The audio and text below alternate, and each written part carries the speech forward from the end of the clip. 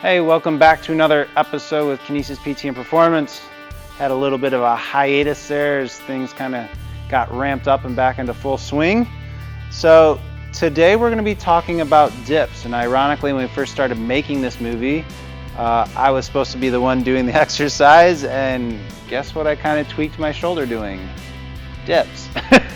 So we're going to talk through what to do, what not to do, and kind of what happened and went wrong with me when I tweaked my shoulder a little bit. So we're gonna get right into it. Kayleen, if you can hop up on the bar. So the first mistake most people make when they go into a dip, go ahead and cross your legs behind you for me. There you go. Most people when they get into dips, this is where we go into. Legs crossed behind, chest is stuck out. Yeah, not a beautiful position. Go ahead and come down. So there's a couple reasons why we don't want to do that, and you can just put your arms at your side. There you go.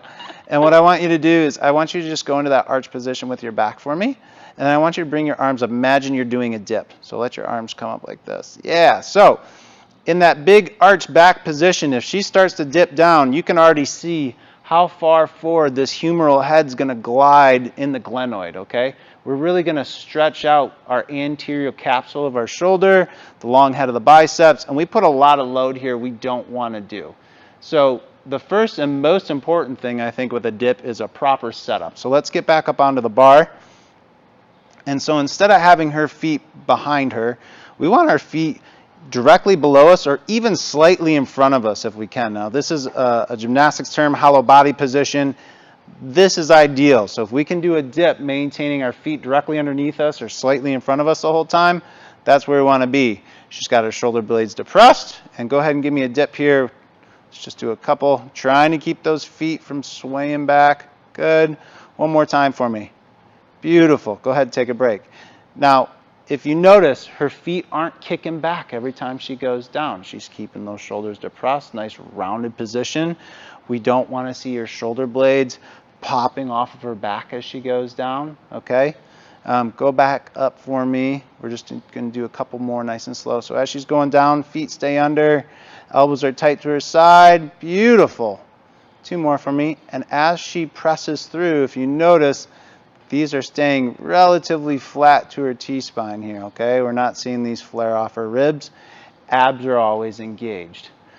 Go ahead, relax for me. Now this is a pretty difficult way to do a dip. So a lot of people are like, oh my gosh, I hop up on the bar. I used to be able to do 20. Now I can do 5.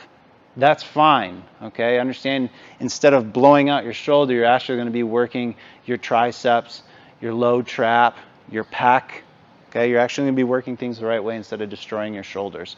Now, if you can't go into a dip, let's talk about good places to start, because a lot of people like to do bench dips, where your feet are out in front of you, coming down. Does anybody already see a problem with this? Because I do. So this is not where we want you to go. Actually, the first place to start would probably be right here. You could just start up on the bar and just practice holding that hollow body position. And this is actually what we do with a lot of our clients. I have them give up on the bar, and we just hold here for 10, 15, 20 seconds until they get really strong and they feel confident in this position. And once we get through here, then we start working partial range of motion dips, meaning she might not be going all the way down. You only go down as far as you can control. So if she can only go down halfway before she starts to lose her shoulder position, that's all we do. That's fine. There's absolutely nothing wrong with that. So what happened with me when I did my little issue on my dips is I was actually on the rings. It was the end of my workout. I wasn't paying attention, and as I went down, I lost control of one of the rings, and it slipped, and my shoulder jerked forward.